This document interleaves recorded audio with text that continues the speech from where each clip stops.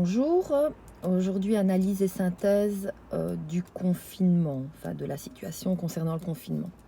Bon, tout d'abord, je voudrais vous définir le confinement. Donc, être confiné, c'est être enfermé dans un lieu. Alors, l'objectif de ce confinement, enfin, il y a deux objectifs globaux, enfin deux gros objectifs. Un des deux est la diminution des contaminations et également la désaturation des hôpitaux, donc soulager les hôpitaux qui sont saturés. Alors au 25 du 10, force est de constater que ce confinement n'est pas efficace. Nous sommes toujours à environ 400 personnes hospitalisées pour coronavirus positif, donc test Covid positif. Et également des hôpitaux toujours à saturation, toujours du personnel soignant en souffrance. Malgré un testing qui diminue, le nombre de cas positifs reste élevé. Donc, quid de la question du confinement et de son efficacité? Je vous laisse réfléchir à ce sujet. Alors, une petite parenthèse que je voudrais vous faire sur les tests qui vont certainement redémarrer en masse d'ici peu, c'est que les tests sont effectivement non spécifiques. Il s'avère que des recommandations ont été faites aux groupes commerciaux dans l'urgence, donc on leur a demandé de fabriquer des tests. Mais les groupes commerciaux ont fabriqué des tests sans donner de retour par rapport à leur façon de les fabriquer. Donc chaque groupe commercial, tout le monde fabrique des tests, mais ne rend pas de compte. Et il n'y a pas d'évaluation de la qualité du testing. Les différents laboratoires testent différemment. Les personnes qui testent ne sont pas spécifiquement formées au kit de test qu'ils utilisent. Il faut savoir aussi qu'un patient qui a été positif, donc qui a eu le coronavirus, garde des particules, des fragments d'ARN au niveau de ses fosses nasales. Donc, et si on le reteste, il sera peut-être encore positif.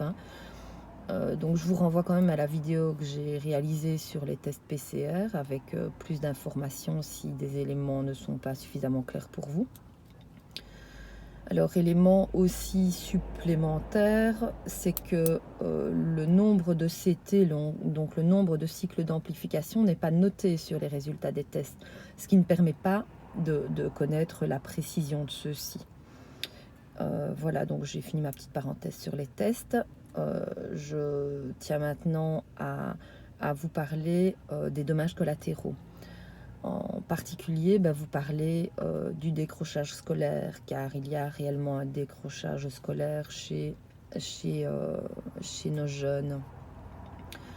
Il faut savoir que c'est parfois très difficile pour eux de s'organiser à distance. Ils ne sont pas du tout habitués à ce genre de formation. Il y a cours, il n'y a pas cours, mais il y a réellement une souffrance au niveau de la population scolaire. Et elle ne va pas s'arrêter de sitôt. Donc je parle du secondaire, mais je parle également du supérieur, voire de l'universitaire.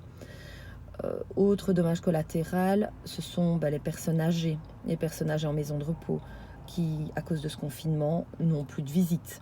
Il y a un syndrome de glissement qui est rencontré en maison de repos ou dans des centres de santé mentale. Donc les personnes renfermées sont isolées socialement, se laissent parfois mourir de faim, sont en dépression et psychologiquement ne sont vraiment pas en santé. Alors élément en plus au niveau des dommages collatéraux, c'est la diminution des liens sociaux. Il faut savoir que nous sommes les êtres humains sont des êtres qui ont besoin d'être en interaction avec les autres.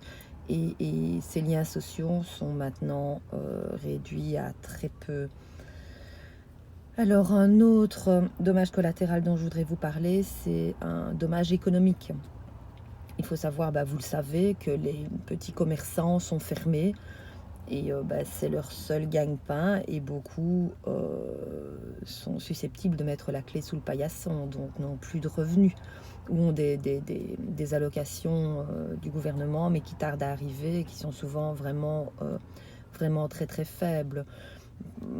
À l'opposé, on a par exemple les grandes surfaces qui elles sont toujours ouvertes où beaucoup plus de personnes se rencontrent et la contamination est plus à risque. Donc pourquoi fermer les petits commerçants alors qu'ils avaient mis en place beaucoup de choses pour prévenir la propagation de ce virus.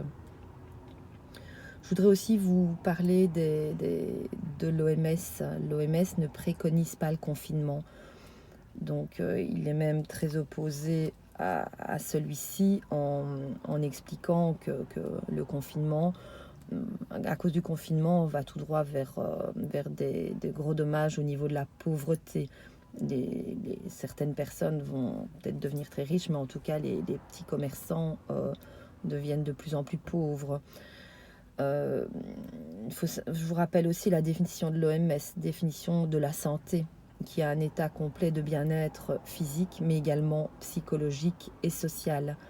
Et donc, je rappelle l'aspect psychologique qui a toute son importance et social pour pouvoir parler de santé. On en fait vraiment abstraction pour le moment, on ne s'occupe que du physique. Alors, je voudrais aussi vous rajouter qu'il y a 35 000 scientifiques et personnels des soins de santé qui se sont mobilisés pour s'opposer à ce confinement, car ils se rendent compte que les dommages collatéraux sont trop importants. Voilà, donc en général, c'est vrai qu'on confine des personnes malades. Et ici, on se retrouve dans une situation où des personnes en bonne santé ou des personnes positives asymptomatiques se retrouvent confinées.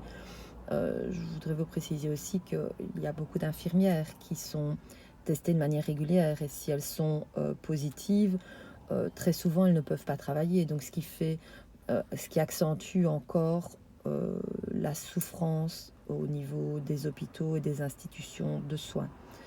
Donc voilà, j'espère avoir été assez complète. N'hésitez pas à revenir vers moi avec vos commentaires constructifs et merci, bonne journée.